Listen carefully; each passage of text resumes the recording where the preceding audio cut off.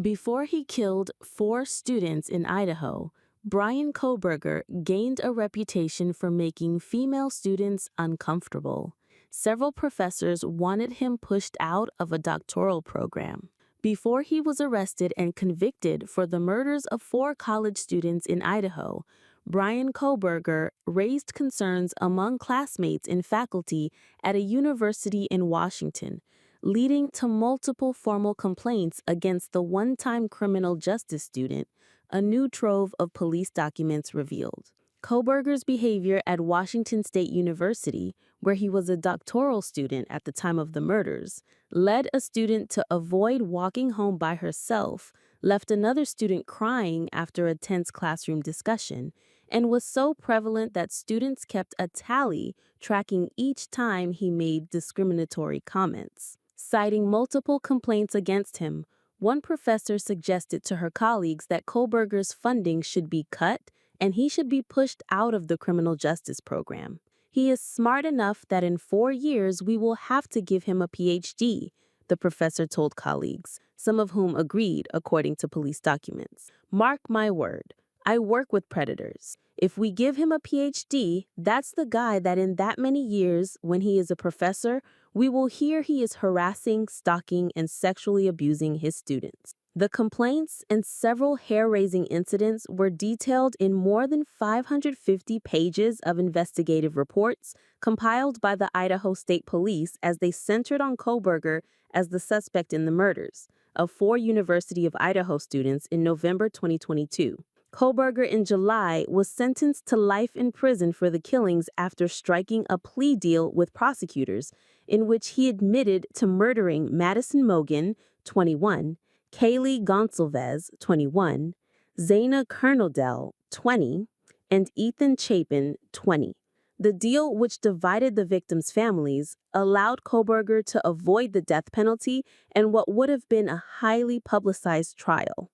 The latest trove of police reports show that Kohberger's classmates and faculty members saw him as an arrogant student who sought to dominate class discussions and would grow agitated when others disagreed with him.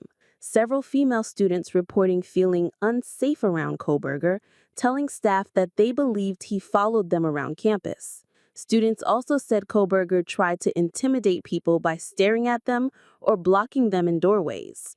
While the new documents shed light on his concerning behavior students and colleagues saw, Kohberger's motive for carrying out the grisly murders remains a mystery. Kohberger had a reputation for making sexist, racist, and homophobic remarks. Several of the students and faculty members told police that Kohberger was a frequent topic of conversation at disciplinary meetings, where staff members would discuss complaints from students and professors regarding Kohberger's behavior, including his concerning remarks. The investigators wrote the various complaints were about how Kohberger spoke to other staff and students, his stating of outspoken discriminatory comments which were homophobic, ableist, xenophobic, and misogynistic in nature. A professor once spoke with Kohberger about his behavior, and Kohberger responded with a deflection of personal responsibility, saying that his comments had been misunderstood, etc. Citing several conversations he had with Kohberger, one male student said Kohberger did not view value in women and saw them more as articles. Disrespectful to female instructors. Multiple students described to investigators one incident in which Kohberger's tone and choice words led a student to leave the classroom and break down in tears. During an open discussion on eyewitness misidentification, Kohberger became argumentative and agitated when he disagreed with the female student's point of view on the matter. Kohberger, multiple students said, tried to dominate the conversation and said something very sexist. The student accused Kohberger of mansplaining and left the classroom. A faculty member told investigators that the student came to her in tears and told her about the incident. The student also filed a complaint against Kohberger with the university's Civil Rights and Compliance Group. He was perceived by female classmates as dominant and disrespectful to female instructors. His behavior could be described as possibly sexist. He really did not like to be interrupted. Kohberger was obsessed with serial killers.